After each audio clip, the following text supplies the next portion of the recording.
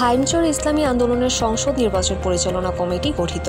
ইসলামী আন্দোলন বাংলাদেশের হাত পাখা মার্কাকে বিজয় করার লক্ষ্যে চাঁদপুরের ইসলামী আন্দোলন বাংলাদেশ হাইমচর উপজেলা শাখার উদ্যোগে এক আলোচনা সভার মাধ্যমে আসন্ন সংসদ নির্বাচন পরিচালনার জন্য উপজেলা কমিটি গঠন করা হয়েছে। গতকাল বৃহস্পতিবার 10 জুলাই বাদ মাগরিব আলগীবাজারে ইসলামী আন্দোলন বাংলাদেশ হাইমচর উপজেলা শাখার কার্যালয়ে এই সভা অনুষ্ঠিত হয়। উপস্থিত সকলের পরামর্শক্রমে নির্বাচন পরিচালনা আহ্বায়ক কমিটি গঠন করা হয়। নবগঠিত কমিটিতে আহ্বায়ক হিসেবে রয়েছেন ডাক্তার মাওলানা শফিউল্লাহ এবং যুগ্ম আহ্বায়ক হিসেবে রয়েছেন দেলোয়ার মিজি ও গাজী জহিরুল ইসলাম। এছাড়া সমন্বয়কারী হিসেবে ফখরুল ইসলাম শিমুল, যুগ্ম সমন্বয়কারী হিসেবে নুরুল ইসলাম ও রুহুল আমিন এবং সহ সমন্বয়কারী হিসেবে রিপন মুন্সি দায়িত্ব পেয়েছেন। কমিটিতে বিভিন্ন পদে মোট 20 জন সদস্য রয়েছেন।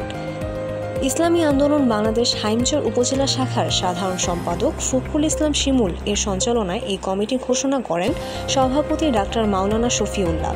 এ সময় উপজেলা ও ইউনিয়নের ইসলামী আন্দোলন এবং অঙ্গ সহযোগী সংগঠনের নেতৃবৃন্দ উপস্থিত ছিলেন।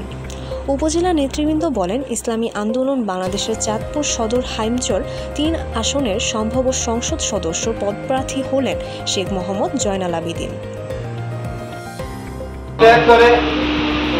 আল্লাহ রাসূলের আদেশকে আল্লাহর জমিনে বাস্তবায়ন করার জন্য খোদা প্রেমীদের একটি জাগ্রত দল সৃষ্টি করে আল্লাহর জমিনে আল্লাহর দ্বীন কায়েম আমাদের করতেই হবে।